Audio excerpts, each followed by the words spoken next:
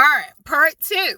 This is me unapologetically T, and we're gonna finish up. So, we went on this trip. We saw this play. It was phenomenal. I loved it. I love the Bible, the stories in the Bible. The Old Testament is my favorite part of the Bible. However, I do love parts of the New Testament as well. But my favorite, I would say, is the Old Testament. So, we watched Daniel. It wasn't my first time, about the story of Daniel. When I found out we would be, looking at the play, I actually took my initiative because that's just who the fuck I am.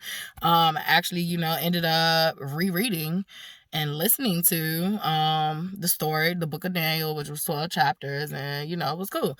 So it was really phenomenal to see it in life. There was real life animals. It was just cool.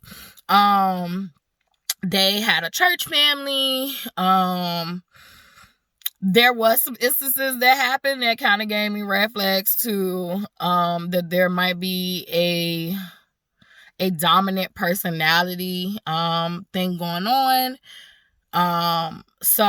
But it was so petty. I was just like, okay, never mind. But so we ended up getting to the church at 8. No, I remember. Okay, so this was one of the things.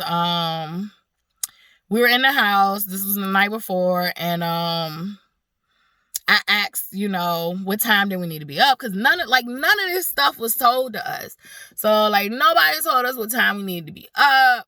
None of that.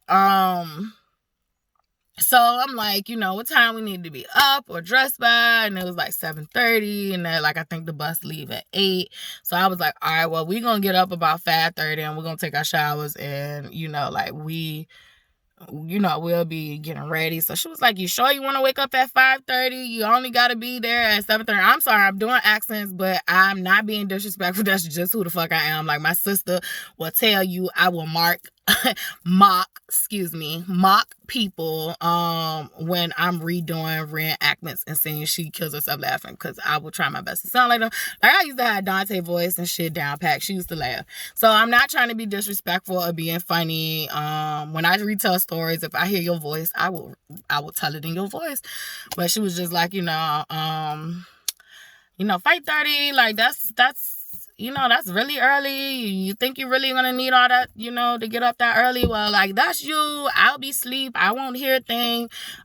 If you want to, take a shower, you can take a shower. And it's like, well, what do you want us to do? Because if I don't know. I'm just that kind of was weird to me, that she questioned what time I wanted to take a shower. I'm asking you, is it okay? It's either yes or no that it's okay.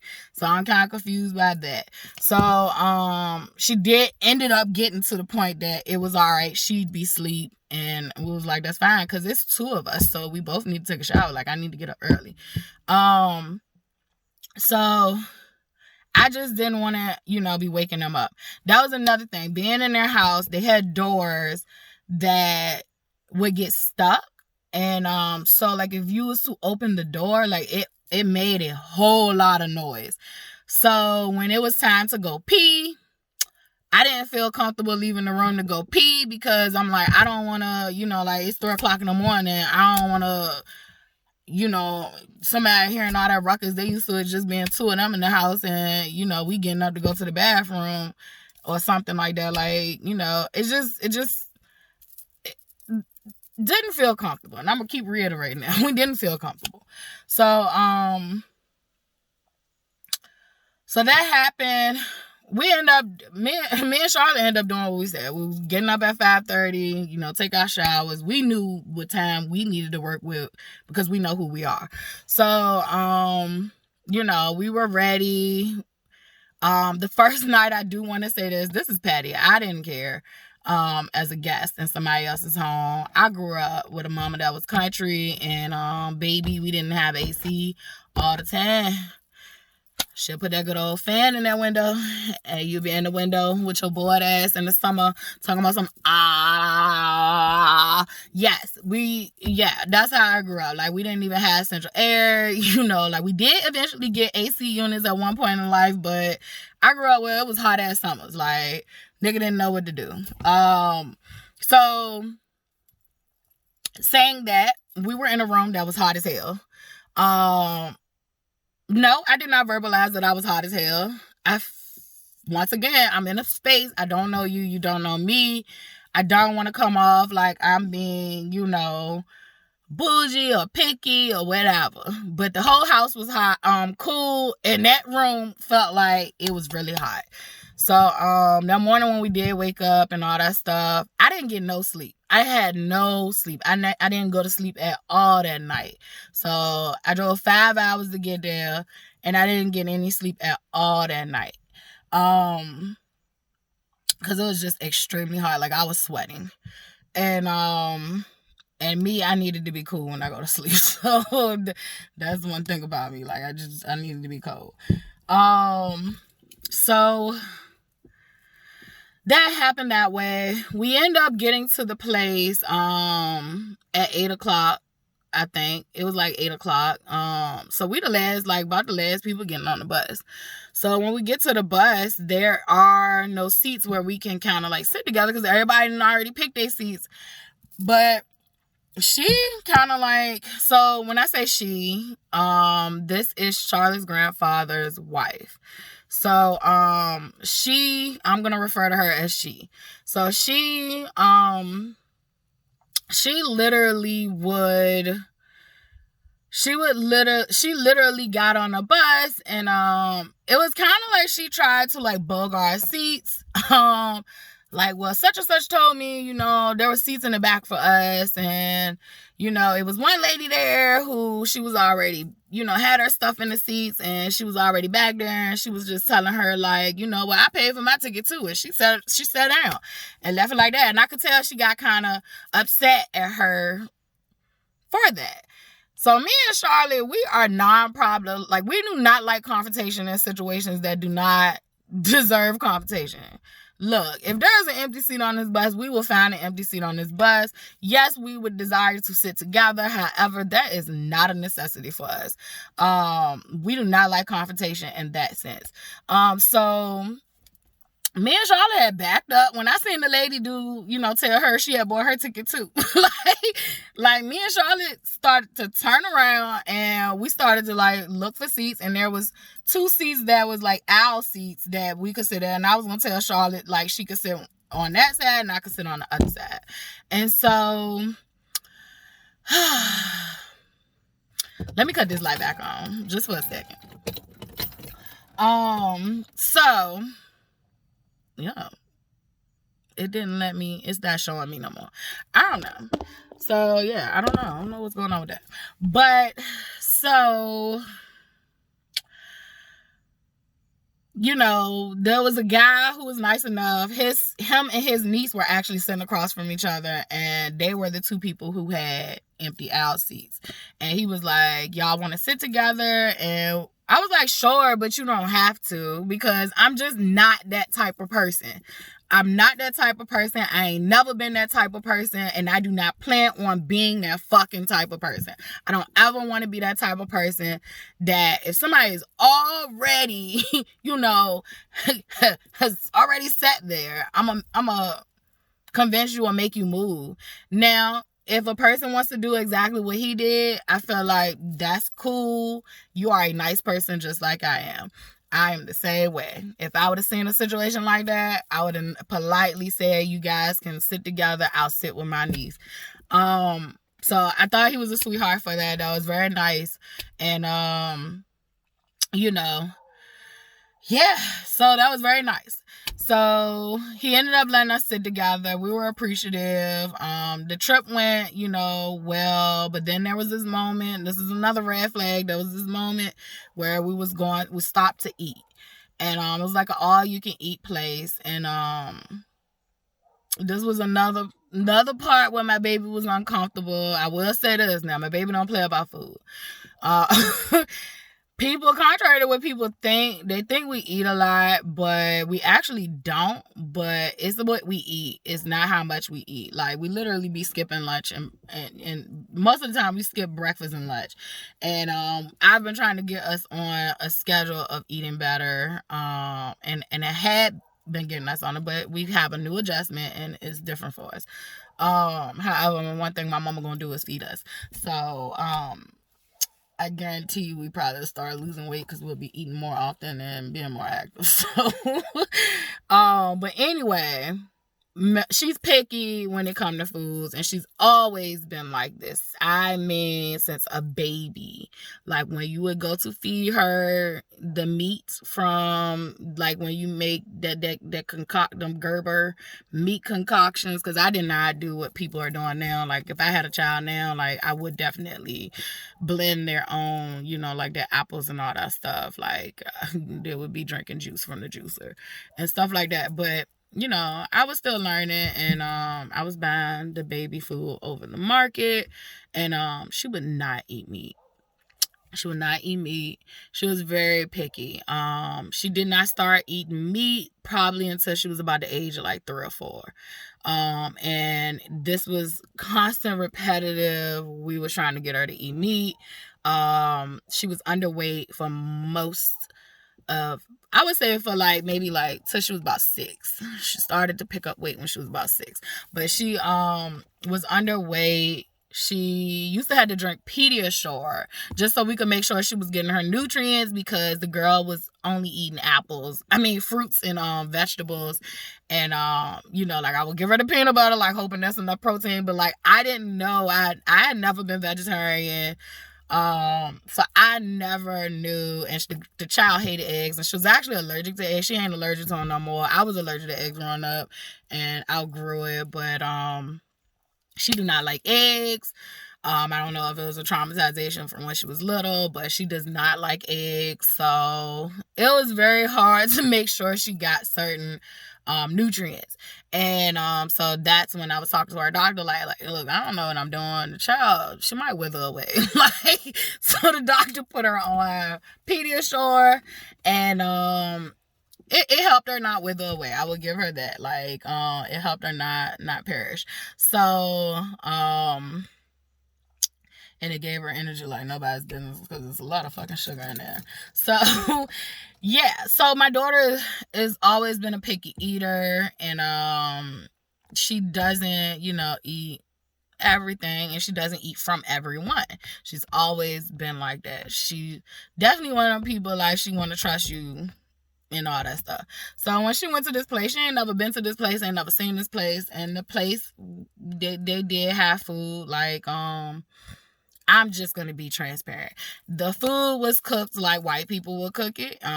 She's used to a house of seasonings, and, you know, everything looked a lot bland to her, and she wasn't feeling it. I don't blame the baby. But I did tell her, you know, like, when you're in Rome, you do what Romans do, and you just find the best thing that you like, and you make the best out of it. And that's what she did. She was like, okay.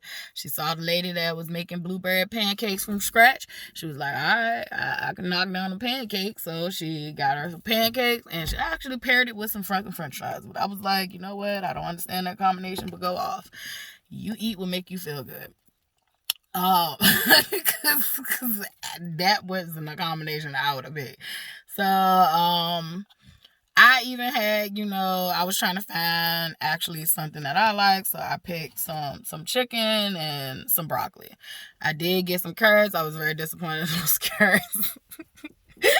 I was like, how the fuck you fuck up carrots? But the broccoli and the chicken was good.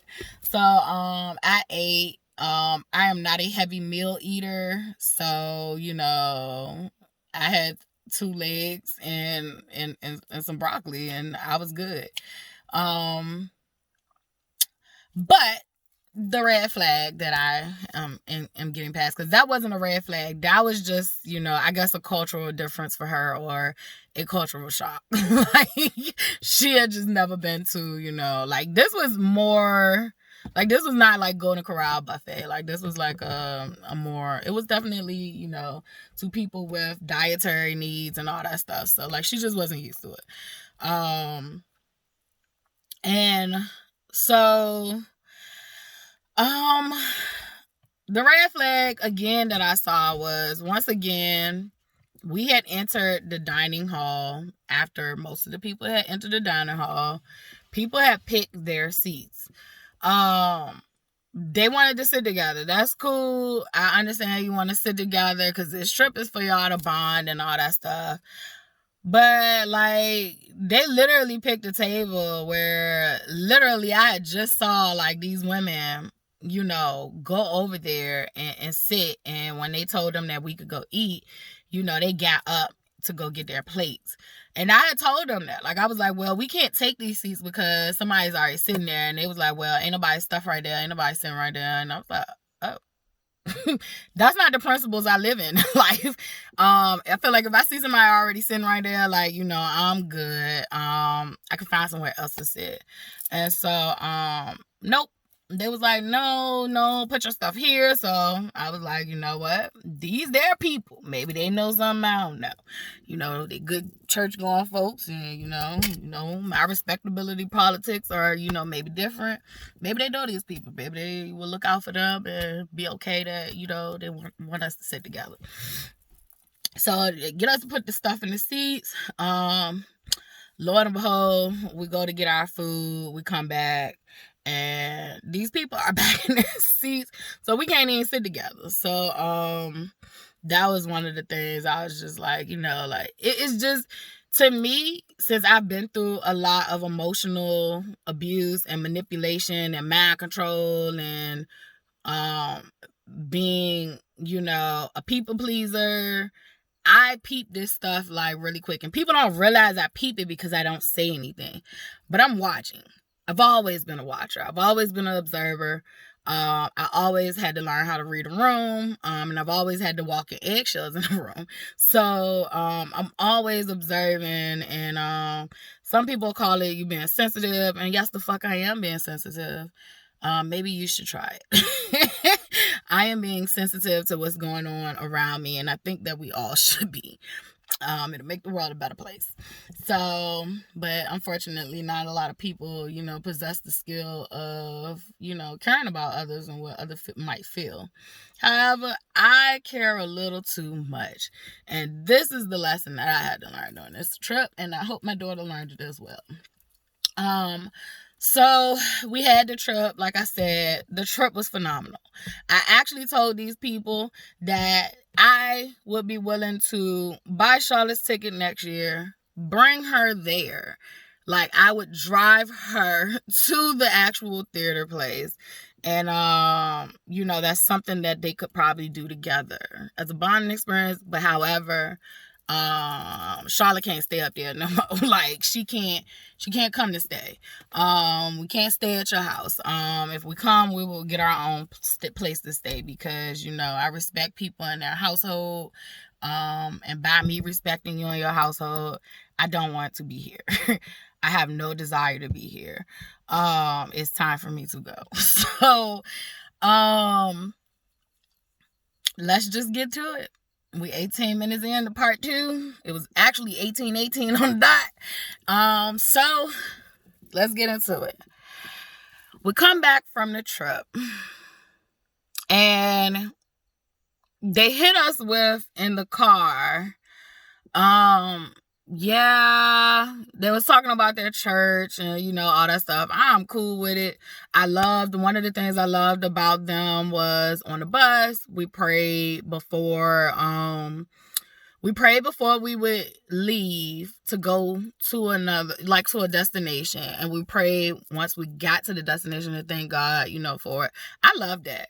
I'm big on prayer. I pray multiple times a day. The first thing I do when I wake up is pray.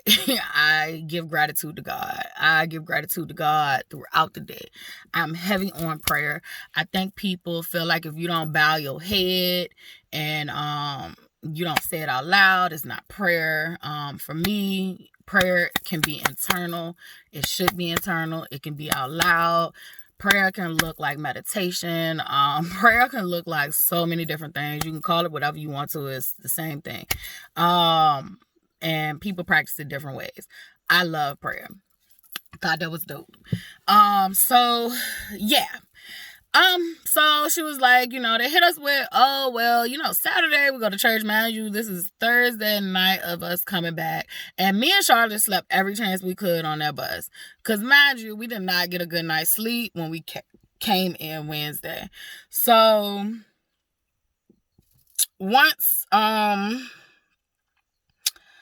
was coming back to the house, because it's not my home. So we was coming back to the house, and this is another thing. So Charlotte, they have a pool in their backyard. Charlotte did love that. Immediately loved that and was like, oh, I wish I would have knew to bring my bathing suit. And he did say, he could get her a bathing suit. I actually told her before he said he could get her a bathing suit that I would get her a bathing suit. So this is where it goes. I don't know why I'm stalling, but this is where it goes. We get told that, Saturdays we go to church. We would love for y'all to attend church with us. And so, it was like, it was cool. We coming back from a long trip. We getting hit with, Saturday we go to church and we would love for y'all to come with us. And so I was like, oh, well, I didn't bring church clothes. Once again, I was raised to go to church, not as you come. Like, I was raised to go to church, and you dress modest as you supposed to. And as was church politics. However, I do believe in churches who say come as you are, because God know who you is. So why are we pretending? Why? I don't know. But that's something y'all gotta figure out. That's y'all holy place. I cannot make the rules for y'all. That's why I stay up out there. So, and I'm gonna tell you like this. I treat the church like I treat the club. I'm not even gonna hold you. I'm not joking. I'm sorry if I offend someone, but I am not. This is my truth and my opinion. And when I say I treat the church like I treat the club, if someone invites me, I have a church home, but I go when I feel called. So if someone invites me to go to the club, I despise the club. I hate going to the club. I can't go to the club unless I'm drunk. So I feel like I don't want to go to the club, because if I got to get drunk to go to the club, then that means I shouldn't be there. So I typically do not like the club. I am not judging nobody who go to the club every day and that's your jam and that it makes you feel better if you go to the bar. I'm not judging you. What I am saying is, for me, is not my thing. I used to do it. It used to be fun. And I used to be ratchet with my ghetto ass friends, and it was fun, and now it's not to me no more. I've kind of outgrown that. However, if one of my friends, they're having a birthday party, or they say, like, girl, what you doing? You want to come out with me? As a supportive friend, I'll be like, yeah, I'll come out with you. Like, and I know my limits with drinking, because I've had some fucked up shit happen to me, and I had to learn my limits. So, I will come and support you. The same difference with church. If someone invites me to church and they want me to come, I will go to church with you. Church is not evil to me. It's the people that's in it that scares the shit out of me, and I mean this wholeheartedly. And as far as my cursing, God knows who I am. He knows I'm a sinner. He knows I was gonna cuss before I cuss. So, pardon my language. Really not.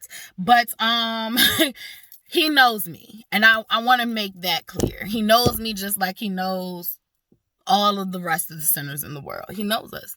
So if someone invites me to church, I will come to church. No, it might not be my main, thought or idea all the time, but I will go to church and support and respect if that's what you want to do. So I want to make this disclaimer loud and clear. This situation was not about church at all. This situation was pure principle for me. Pure principle, okay? Pure principle. And I'm a give you an example of how this was pure principle for me once I finish explaining what happened. So we were told in the car that it was thrown at us that we would go to church. And I was like, we didn't bring any clothes. No one told us about church. Like, matter of fact, nobody told us anything. And so she was like, oh, well, I'm sorry. But no, I didn't tell you about church, but you know, like, we go to church every Saturday. This is what we do. And I'm like, cool, understandable. Then start asking me about my church, and like, girl, why? What? I'm confused. Like, so I don't know. She felt very judgy. So as if to insinuate that I didn't have a church. I have a church home. Do I go every Sunday? No, I don't. No. Do I have a desire to go? No. So why the fuck would I fake it? So no, I don't. And I'm not going to fake it. And I'm not going to force myself to be around people that I don't want to be around. So saying that was said. And so she was like, well, but now I can take y'all to go, get some things. And y'all can come to church with us Saturday. So me and Charlotte looking at each other like, we didn't sign up for this, but we're going to be respectful. So I had told her, to kind of like, grit and bear. So it's actually oddly funny. This is where it gets weird, and this is where it gets bad for me. It was already established that, we was going to go to church and grit and bear this for me and my child. So we was going to be good sports and go. However, Charlotte's grandfather comes in the room and asks her the next day, tells her, no. So he tells her, the next day he tells her, do you want to go to church Saturday? So this would be Friday. He was like, do you want to go to church Saturday? Which was yesterday, but everything just colliding together for me. So he was like, do you want to go to church Saturday? I do not want you to feel forced. I want to give you an option. Do you want to go?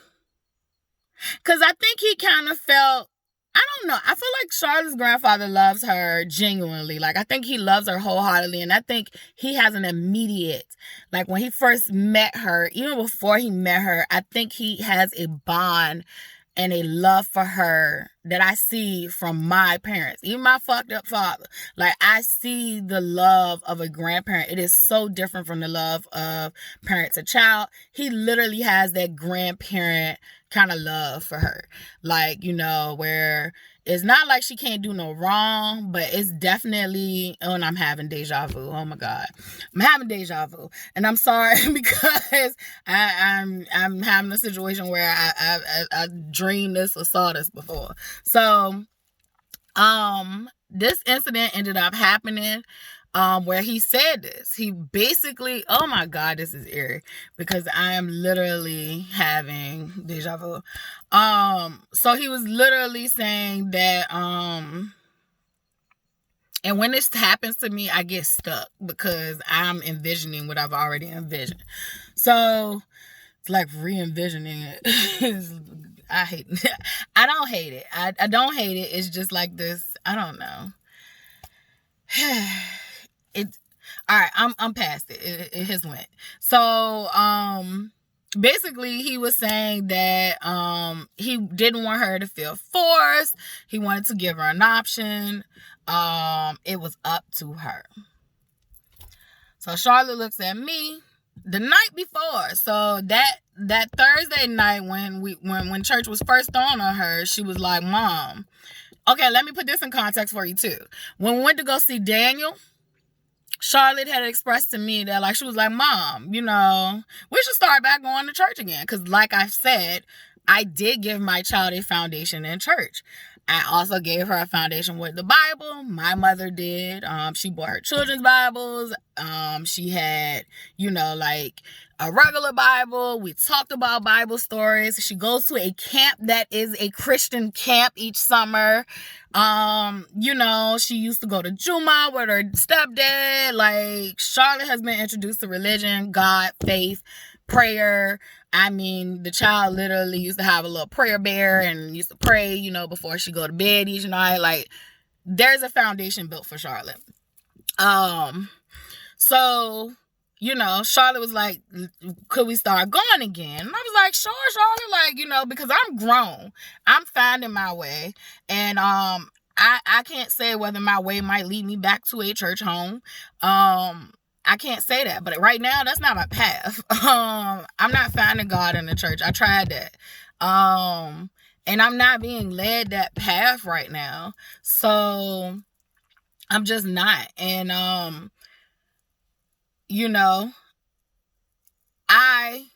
am a parent that is supportive of what is best for my child or what my child feels is best for her sometimes. And so my child feel like she want to go to church. Great idea, baby. Let's go. I think that's a good idea. Exactly what I said to her. Sure, we can do this. I was kind of excited. I was like, yeah, because like I said, I don't think church the problem. I think people is. So, just the same as religion. I don't think religion is the problem. I think people is. I think people prosecute, judge, and use religion to do these bad things. And it's the people. It's not the religion. It's the people. So I'm like, yeah, baby. So this happens, and let's continue. So she was given this option by her grandfather. Charlotte looked at me the night before, which was that Thursday that we came back from the trip. She had expressed to me that night that she did not want to go to church. She was saying that, she was tired. She didn't feel good. She really wasn't, ready to sit in church. She don't know how long it was going to be, all that. When we go to church for an hour. My attention span ain't cut out for that. My attention span is not cut out for hooping and hollering for too long. I have a very short attention span. I've already told y'all I suffer with ADHD, and I might have some autism in there too. So if something isn't of interest, or if you start to do too much and it's over or repetitive, like I'm a zone out on you. I'm gonna go somewhere. I'm gonna find my happy place, and basically, like, my body's physically there, but mentally I'm not. So I felt her on it. So I was like, that night before, I was like, well, I feel like if you express to, your grandfather that you don't want to do it, like, maybe he'll be understanding. I feel like if it was me, I would be understanding. So I was letting her know, like, it's your turn to advocate for yourself. Because once again, I'm a grown up. I was there for her. I was not there for me. I was simply there to introduce my daughter to her grandparents, and in particular her grandfather. So when he came in the room, gave her that option, my daughter gathered her, her voice, and she politely said, well, Granddad, I don't think I want to go. He rebutted with a good question. Why? Which I think is appropriate. She said, I'm not really feeling good. And, how long is church going to be? And he said, church is going to be from 10 to 1 p.m. My daughter has never sat in a church from 10 to 1 p.m. I would never subject her to sitting in church for 10 to 1 p.m. Now, some people may think that I'm a bad parent. I really don't give two blankety blanks what you think. So I would not subject her to that. I barely even want to subject her to sitting in school. for the hours that they got her sitting in school, because I have homeschool and baby. There are better ways to teach children than to have them sitting for goddamn hours and hours at a time. However, I will say the school that Charlotte goes to is phenomenal. So she's not just sitting for hours on the hand. They are doing things, moving around. It is very, it's stimulated to a point that it is good for the children. So, she's just not used to that. So she was honest. He had a rebuttal, like, what you do in school. She let him know how her school was set up. She has an outside campus. They switch classes, even when they, they have core classes. And then, it's not a whole, them just sitting in the same spot all day long. So, I know my child, if it was 10 to 1 p.m., my child would have went to sleep in church, in which I grew up. That was disrespectful. So, what's the point? Why subject her to something? Why even give her a choice? Because this was the kicker. When it was presented to us that's what, that's what they was doing. We felt slighted that it wasn't told to us. We did feel like that was kind of, off. To, do, it wasn't told to us. But then when you gave her a chance, so we was gonna grit and bear our teeth and be team players. But then when you gave her a choice, and she gave you her choice and her answer, and you take it away, that's where the show made that record player sound, and it was like a skirt, and things started happening. So things started to happen there. I am going to stop this video, and this is going to be a part 3, because this is the part 3 is the part where it gets juicy. It doesn't get ghetto juicy, but I feel like if you've been through narcissistic abuse,